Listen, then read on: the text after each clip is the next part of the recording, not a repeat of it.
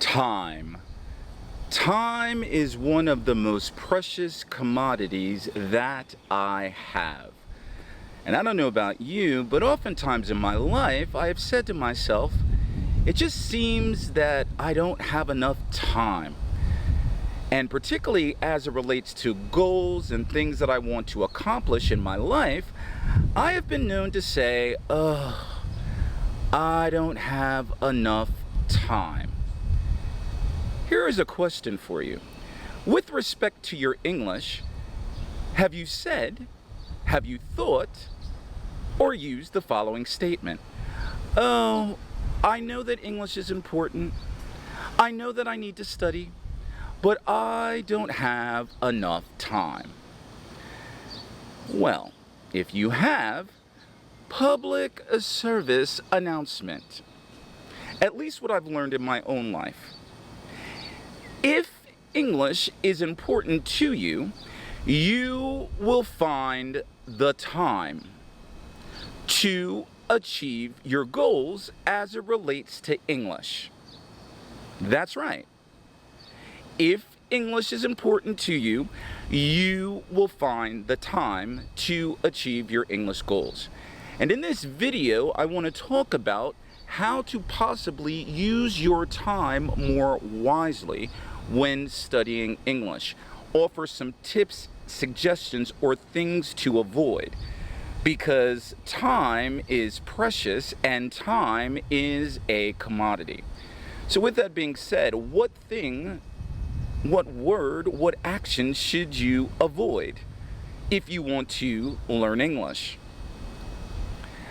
Procrastination.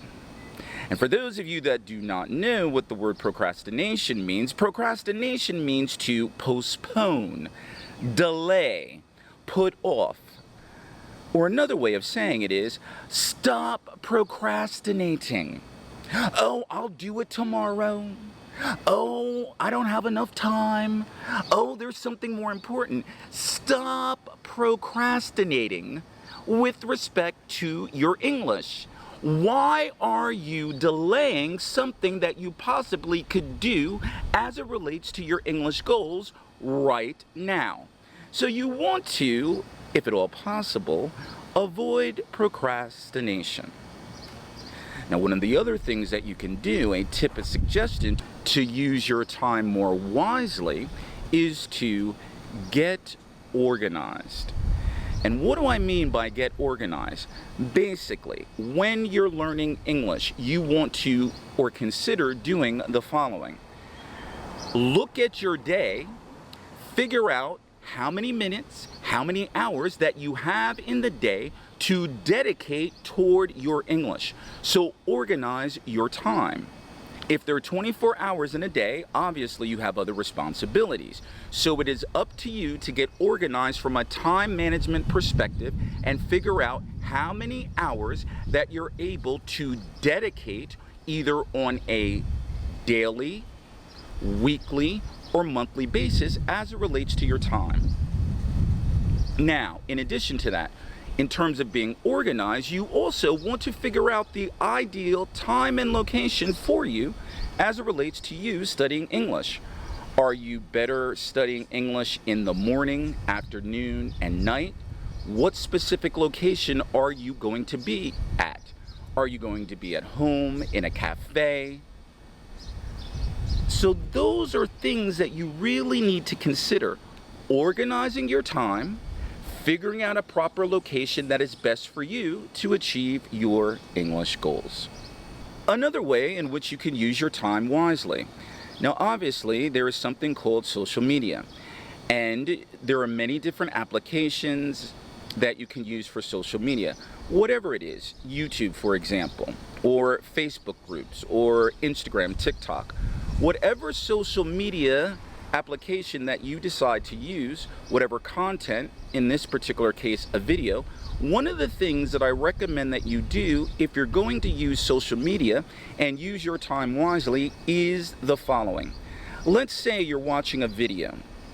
I recommend that a process that you use is you do a two-step process to watching videos.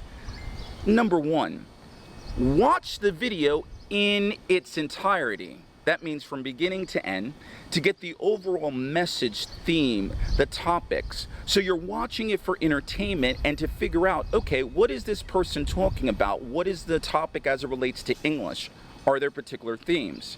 So first watch it for overall meaning and for entertainment. And then what you want to do is that you want to use that video as an opportunity for you to learn. What do I mean? Write down words, expression, phrases that you don't understand, and then use a dictionary, a thesaurus, the internet to write down and understand and study the words you don't. Oftentimes I think what happens is, and I've been guilty of this myself, is that I just watch videos to be entertained, and I'm not taking possibly the opportunity to use that as a study guide to assist me and help me with my English.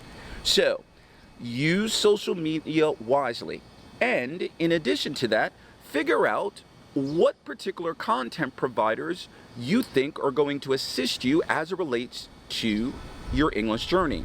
So maybe you have, let's say, your top 5 to 10 people that you decide to follow, whether it's because you like their pronunciation, you like their personality, you like their actual content. But select your top 5 to 10, sort them, categorize them, and again, use the information, social media, for not only entertainment purposes, but also for educational resources. I think I don't know, I thought I had something on my lips or something. In any event, what is another suggestion that I have for you to use your time wisely? Consider this. Do 2 things at once. What am I talking about? What do I mean? Let's say, what's your favorite hobby, your favorite interest? Let's say, for example, it's cooking or going to the gym.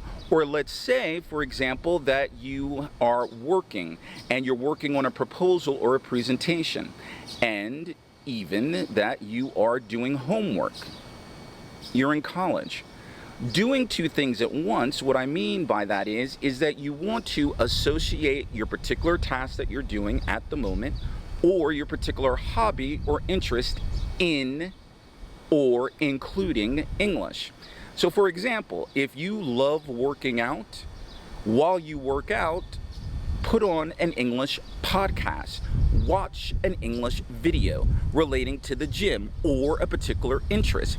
If you like to cook, then you know what? Listen to material as it relates to cooking in English. And if you're working on a proposal, if you are doing your homework as it relates to college, there is nothing the matter with a podcast, with English music. But do 2 things at once. Your hobby connected to English, and hopefully the result means what? You are immersing yourself in the language. So those are some suggestions that I have for you, things that you want to avoid and things that you want to utilize to use your time more effectively in English. And again, if you are the type of person that says, I don't have enough time, you have to make a decision if English is important enough for you. Make English a priority. Time stands still for no one.